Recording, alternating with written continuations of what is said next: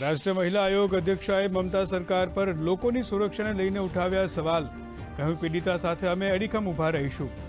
ભાજપ નેતા સુકાંત મજુમદારે કહ્યું, પશ્ચિમ બંગાળના મુર્શિદાબાદમાં હિન્દુઓની હાલત ખરાબ. વકફ કાયદાનો થઈ રહ્યો છે દુષ્પ્રચાર. નવા વકફ કાયદાને લઈને મુસ્લિમોમાં ઊભા થયેલા ભ્રમને દૂર કરવા આજથી ભાજપનું દેશવ્યાપી જાગૃતતા અભિયાન શરૂ. વકફ કાયદાથી થનારા લાભો વિશે આપવામાં આવશે જાણકારી.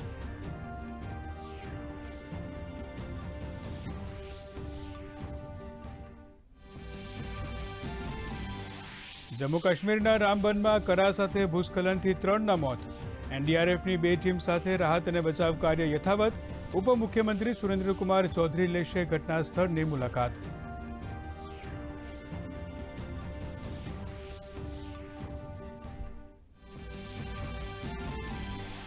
ભાજપે હિમાચલ સરકાર પર સાધ્યું નિશાન. કહ્યું, રાજ્યમાં એનડીએ શાસનકાળમાં જ થયો છે વિકાસ.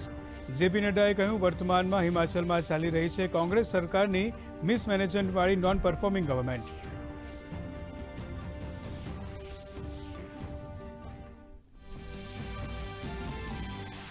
ઉત્તર પ્રદેશના સંભલમાં પોલીસે ગેંગસ્ટર સારિક સાઠાની 2.3 કરોડ રૂપિયાની સંપત્તિ કરી જપ્ત. જનકલ્યાણ માટે થશે આ જમીનનો ઉપયોગ.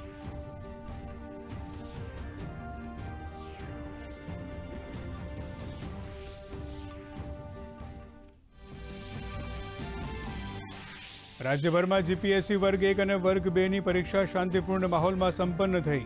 21 જિલ્લાના 405 પરીક્ષા કેન્દ્રો પર અંદાજે 97,000 ઉમેદવારોએ આપી પરીક્ષા. ઉમેદવારોએ પેપર લેન્ધી હોવાનું જણાવ્યું.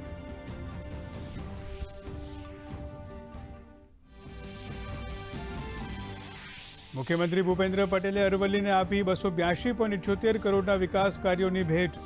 મુખ્યમંત્રીએ મોડાસામાં નવનિર્મિત આઇકોનિક બસ પોર્ટનું કર્યું લોકાર્પણ.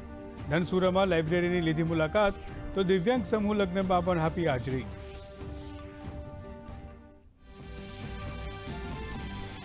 રાજ્યમાં ગરમીમાંથી મળી આંશિક રાહત. મોટાભાગના જિલ્લામાં તાપમાન ઘટ્યું.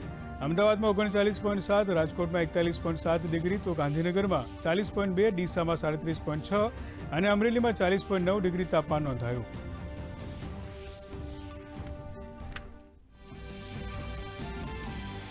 અને આજે આઈપીએલની પ્રથમ મેચમાં રોયલ ચેલેન્જર્સ બેંગલુરુની પંજાબ સામે 7 વિકેટે જીત. ટોપ 4માં બેંગલુરુ પરત ફર્યું. વિરાટ કોહલીએ 73, તો દેવદત્તે 61 રન ફટકાર્યા. 7:30 વાગ્યાની બીજી મેચમાં મુંબઈ ચેન્નઈ સામે ટકરાશે.